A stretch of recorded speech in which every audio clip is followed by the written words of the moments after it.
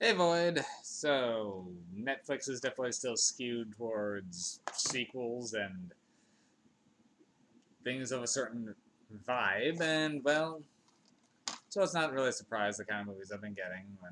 But well, I'm still watching things at random, so it's doing the best it can for me, and I guess I'm still not technically picking the movies, so I'll go with it. But Tubi and Shutter will keep me on the complete up and up for random. But Netflix gave me Sinister 2. Can barely see it on the DVD case, but it actually, there's a 2 there, which is really faint. Anyway, Sinister 2. This sequel didn't need to happen. Sinister was one of my favorite horror films at the time. It came out, well, I guess, when I actually saw it. I didn't actually see it till it released on Blu-ray. And that was a whole process of me almost seeing it, not seeing it, almost seeing it, not seeing it. But I think I went into that back in the Sinister review. Now, Sinister 2, I made a point to go see in theaters because I liked me some Sinister. Though again, it falls into that trope of negative adjective becoming title. Must be a horror film. Anyway. And Sinister 2, it's no Sinister. It's got some interesting things to it, but it's no Sinister. The original Sinister creeped me out.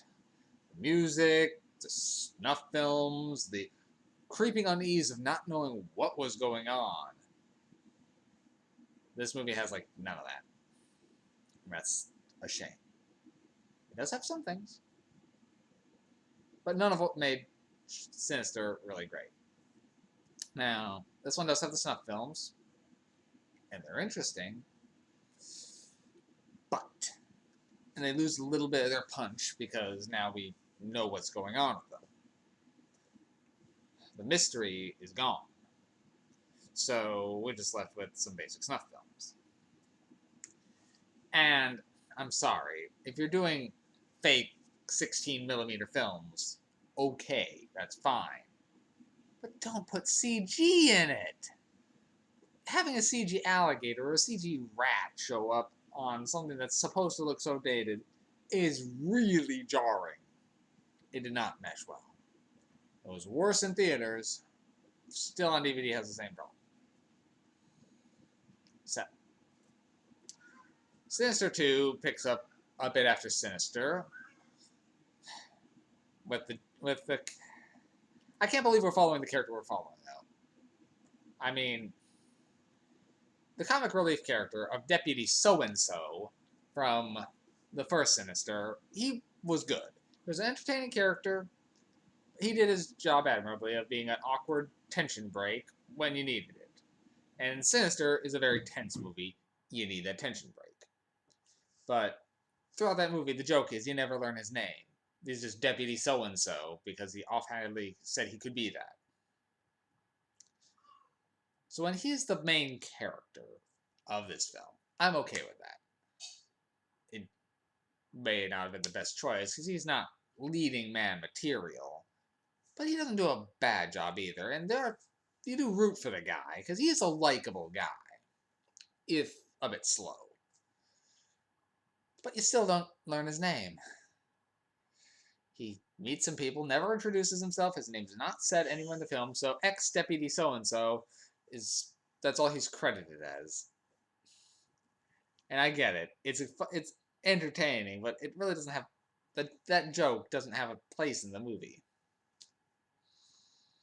Okay, so this movie, Deputy So and So is going around trying to end the chain of murders caused by the Sumerian deity Bagul. I think it was Sumerian. They talked about that in the first one, and it didn't really mention it in here. Anyway, so he's pretty much the way, if you recall from the first film, the way his pattern works is whenever a family moves into a place where one of his murders has taken place, they get haunted, then they move, and then another murder happens. So essentially that leapfrogging chain kind of spreads it all over. So Deputy So-and-so is trying to head it off, find a house that hasn't been lived in since, burn it to the ground. And he's been going around torching these places.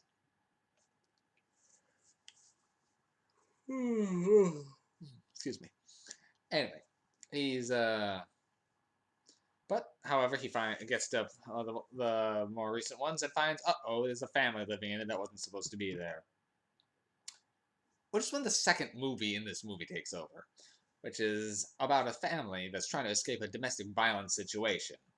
So there's an interesting drama that's happening in this movie that's happening alongside the Bagul plot. So it's a woman with her twin boys that's trying to escape from a abusive marriage, but the guy she's trying to escape from has connections in the police department, and he seems to a lot of them seem to work for him in some way, so she's getting no help and essentially is pretty much surrounded, so she's hiding out from him. And so that's an extra layer of tension. Those scenes are powerful, they're potent, and they are uncomfortable. The best parts of the movie have nothing to do with Bagul. And in a Sinister movie, that's a problem. However, one of her twin boys is seeing Bagul's children, and they're encouraging him to start watching the films. And by doing so, eventually they want him to become one of them. So it gives a lot of interesting lore into the whole Bagul mystery of how he gets his children. And as interesting as that is, it takes away even more of the tension and the mystery of the film, which is it is a shame. So the effects in this, for the most part, are still good. The gore scenes are still uncomfortable, particularly in the snuff flicks, except when the CG shows up. But Bagul in this one mostly turns into a jump scare factory. He did it a couple times in the first one, sure, but in this one it really goes overkill with it. So, Sinister 2 is no Sinister. I can give it a 3 MacGuffin. It's well acted. The people are trying. The mystery about Bagul may be gone, but he's still a force in the movie, and the happenings, particularly towards the end, are interesting to watch. So, particularly the underlying story with the domestic violence. So, yeah, I can give this 3 MacGuffins. Right in the middle of the 3. Like, I think I put The Nun at a low 3, and this is better than that. So, it's okay. If you like Sinister, it's an interesting watch, but I can see people getting mad at this film, too. And I'm kind of just annoyed. It's not one I'll watch often. Sinister, I'll watch frequently. I love Sinister. Sinister 2, eh. Oh, and while I'm on ranting and picking about random things, the one part that kind of bugged me in this movie is, okay, the woman's doing a good job with portraying the trying to escape from domestic violence thing. And in the beginning, she and her 2 boys essentially have a code word when they think their cover's blown and to run, which is based on real life application. So she's essentially supposed to say a nonsense word, and that's the key to scatter or meet back at a spot or just get out quick. The problem is how they execute in this scene. So then, just while shopping, she notices something, and so she leans into the boys and says, "You remember what happens when mommy says Rutabaga, right?" Okay, so that should be enough to tell the audience what's going on here. And if not, the boys do nod and say yes. But then the mother follows up with, "You run." As if they've already told you they know, so you're saying it. You're giving away your code word to get out. So, okay, I can understand that.